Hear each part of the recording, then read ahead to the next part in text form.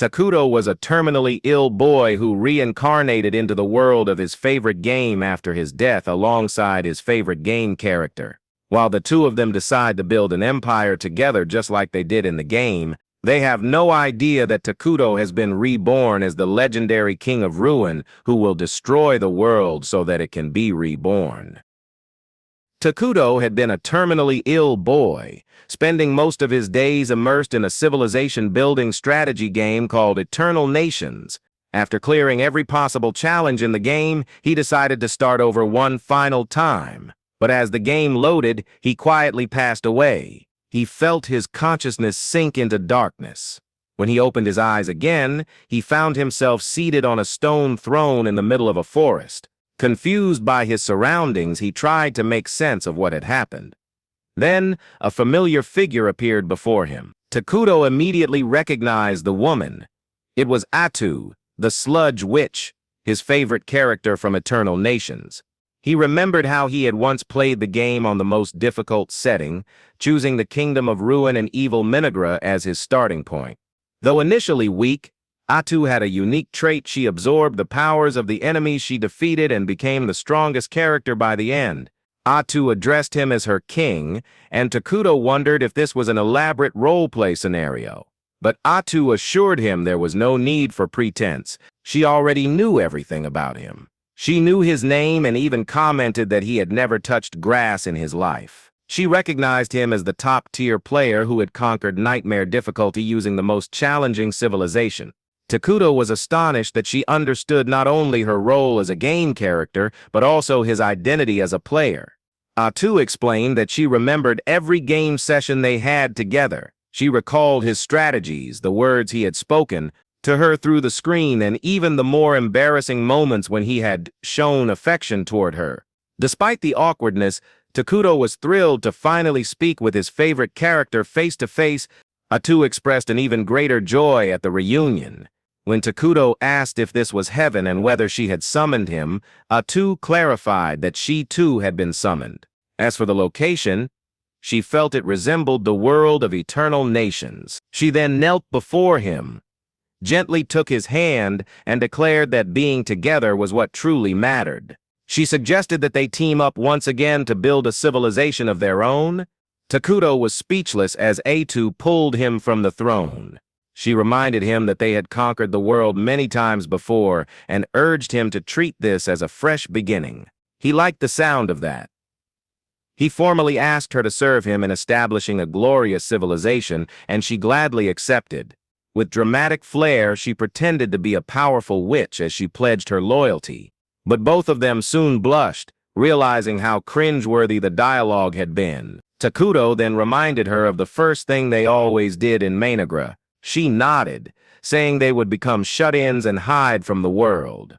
Following their routine, Takuto activated his emergency skill to summon a giant scout bug. He and Atou agreed that secrecy was their top priority during the early stages. Stealth and information gathering were essential. Takuto commanded the insect to scout the surroundings. It flew off immediately. Atou was surprised by how smoothly everything was functioning in this new world. Takuto explained that, just like in the game, he could share the vision of the bug. He also mentioned that half of his mana had been used to create it, so now it was best to begin working on a starting settlement. He wished he had enough mana left to summon a fighter unit, but that wasn't an option right now. Atou looked discouraged, realizing that in her current state she was too weak to protect even herself, let alone Takuto. Meanwhile, Takuto observed the surrounding forest through the eyes of the bug. There was nothing but dense wilderness in every direction. Atou lamented her uselessness, but Takuto reassured her, saying that her mere presence was enough for him. She was overjoyed by his words. Just then, the bug spotted a group of tired, impoverished dark elves. Atou commented that this was good news. Dark elves were typically neutral, albeit leaning toward neutral evil, and their kingdom Loki shared the same alignment.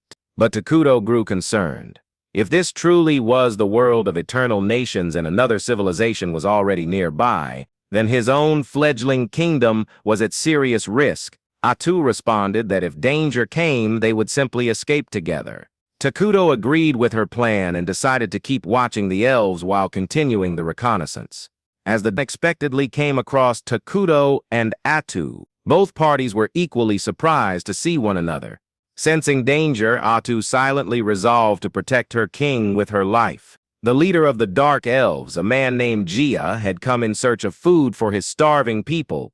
His assistant had warned him not to enter the forest due to old legends about a sealed evil lurking within, but Gia had refused to back down. His people needed him. And then he had come face to face with Takuto and Atou. He could barely see Takuto's features, only a shadowy figure shrouded in ominous energy. Fear gripped him. It seemed the legends were true. Believing that a single misstep could doom his clan, Gia dropped to his knees and introduced himself. His followers followed suit. He apologized for trespassing on Takuto's territory. Atou responded in a gangster-like tone, pleased that they knew their place. She demanded to know the reason for their presence. Gia attempted to explain through a sob story, but Atou, unimpressed, told him to get to the point. Terrified, Gia quickly revealed that their clan had been unjustly banished by the council and continued to suffer persecution. They had entered the cursed forest seeking safety but had since run out of food. His people were now starving. Takuto asked if they had truly endured such hardship. Gia froze in fear. But when Atou reminded him to answer the King Sep's question, he recounted their plight, how they had been forced into exile and had found no sustenance here. Gia wondered if Takuto would treat them cruelly as others had, but to his shock, Takuto tossed him some apples and said they were delicious. Gia had never seen apples before and hesitated, but his followers quickly devoured them, marveling at their sweetness. Takuto even summoned some pears, stunned. Gia was unsure of how to respond. Atou asked him why he wasn't eating the fruit his king had so graciously provided. Gia bowed deeply and explained that he wished to bring it to the rest of the tribe, especially the children, before eating himself. Takuto felt pity and began summoning a massive quantity of food. Atou was horrified by his generosity while Gia was overwhelmed. Dark elves had always been discriminated against for their perceived darkness. No one had ever shown them kindness until now. Gia asked who Takuto truly was, but Takuto simply told him to bring the food to his people. Gia and his followers hurried back to their camp, where the entire clan finally ate their fill. Gia chose not to tell the other elves where the food had come from. That night, as he sat alone by the campfire, the clan elder approached him. The elder remarked on the extraordinary flavor of the fruits, claiming he had never tasted anything like them in all his years. He asked where Gia had found them. Gia explained his encounter with the feared being in the forest. The elder was shaken. The figure described by Gia matched the King of Ruin, a figure spoken of in ancient books. According to prophecy, the King of Ruin would appear when the world grew too full, destroying it to allow for rebirth. Gia believed that Takuto fit the description. But in truth, he had not understood anything Takuto had said. He had relied entirely on Atou's behavior to guide his actions. The elder was uncertain, but asked if Gia had offered anything in return for the food. Gia replied that he had not. The elder doubted this. No evil being would grant such kindness without demanding payment. But Gia defended Takuto, insisting he had shown mercy. The elder grew frustrated, questioning how Gia could speak so respectfully of a supposed evil being. But after a heated exchange, he acknowledged that Gia had done what was necessary to help their people. He then declared that as the clan's senior-most elf, he would negotiate with the Dark King himself. Perhaps, at long last, they could earn the peaceful life they had always sought. The next day, Gia prepared to visit Takuto again. Elder Molter asked him whether he was ready to face the king, stating that since they had already accepted charity from the Dark King, they must also be ready to pay any price he demanded in return. Gia objected, saying that Takuto had never mentioned anything like that. However, Molter replied that it was simply in the nature of evil beings to demand compensation in exchange for their good deeds. Even so, Molter agreed that they had no other option but to rely on Takuto for survival, as no other place was safe for them. The two of them decided to go meet Takuto together, unaware that an insect scout had been observing them the entire time. Takuto immediately recalled the bug to receive its report. Upon learning that the elves were coming, he hoped they would simply take the food he had prepared for them and leave without any trouble. He began to feel anxious, admitting that he struggled to communicate properly under pressure, making negotiations with the dark elves particularly stressful.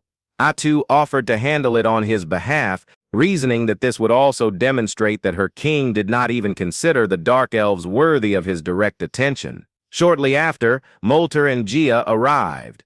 The elder greeted Takuto respectfully and thanked him for providing food to their people. He then asked for the name of the person who had helped them.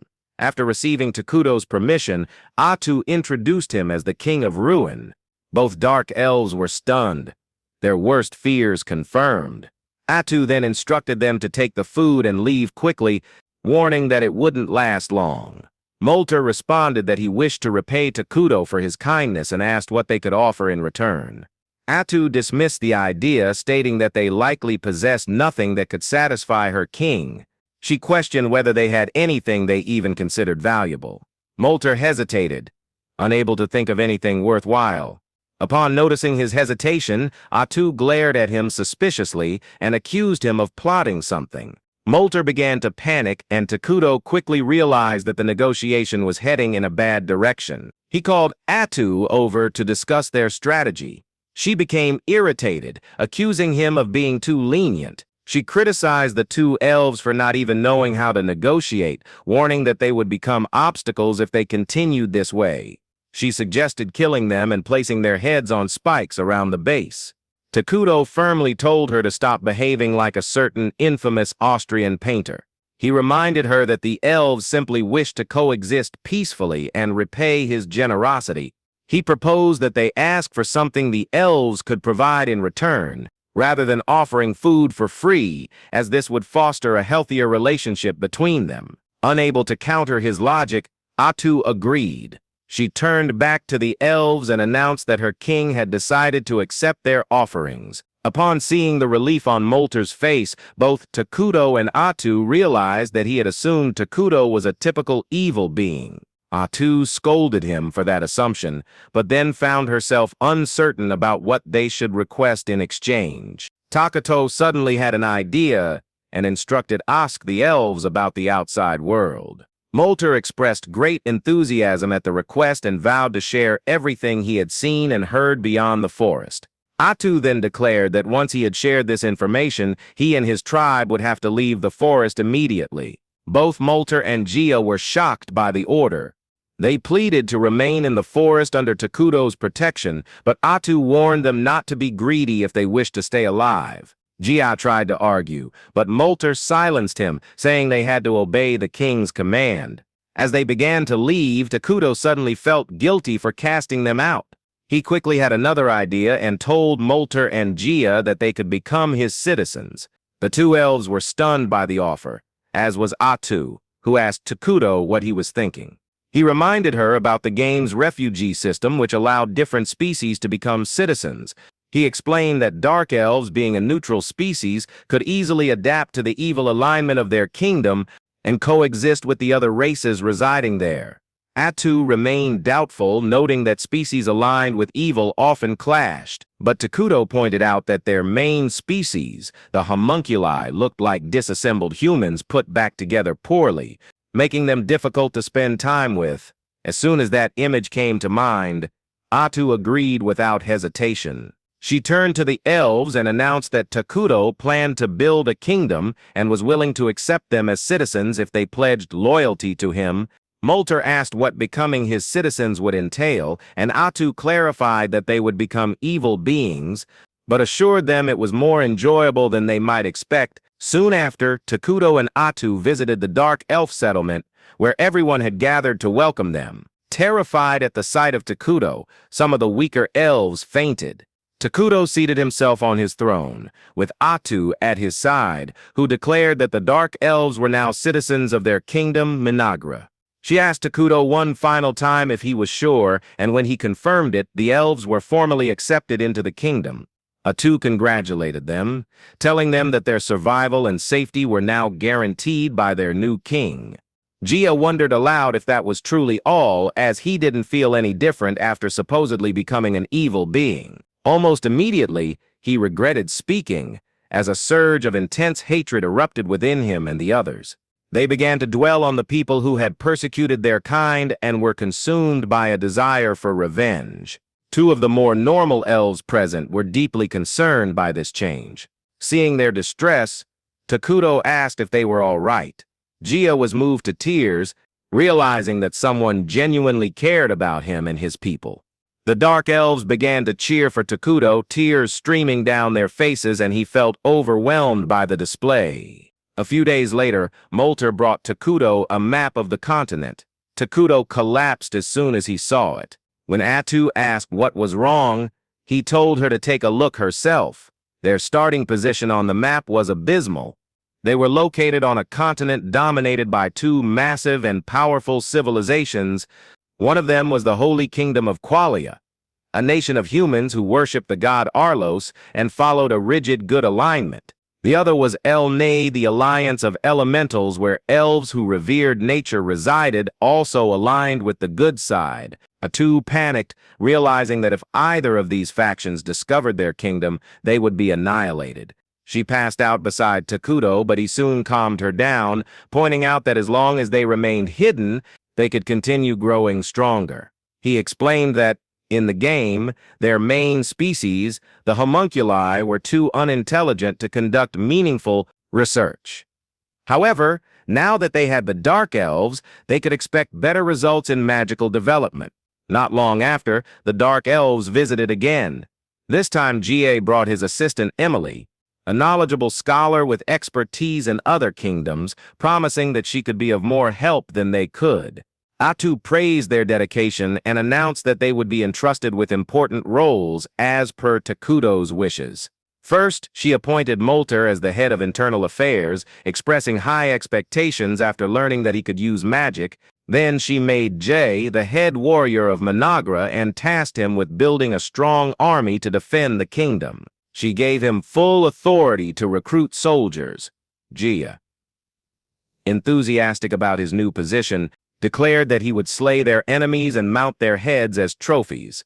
Takuto, already disturbed, expressed his disapproval of war as barbaric. Atou explained to the confused Gia that their king preferred peace, a notion that baffled him.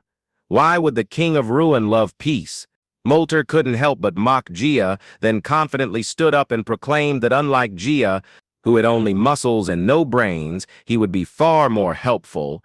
Gia took the remark as a challenge and told Takuto that he was young and strong and could work tirelessly. Atou, unaware they were competing for their king's attention, misunderstood their rivalry as workaholism. She asked Takuto whether they should assign the two a mission to gather resources. Takuto suggested they focus on beautifying the terrain and constructing homes. Atou relayed the command to Molter, instructing him to collect timber while preserving the forest as much as possible. Molter accepted the task enthusiastically, mentioning that the Dark Elves were originally forest dwellers. Takuto also told them to reforest any areas they cut down. The elves were puzzled by the unfamiliar term. Realizing that their civilization might not be advanced enough to understand reforesting, Takuto asked if they knew about military magic or the 6 major elements. Molter responded that he only knew of 4 major elements, and Emily added that she had never heard of any country using military magic. Takuto and Atou realized that this world was more primitive than expected, but that was actually a good thing. With advanced magical technology, they could surpass the other nations quickly. Atou then explained that reforesting involved using magic to grow new trees where old ones had been cut.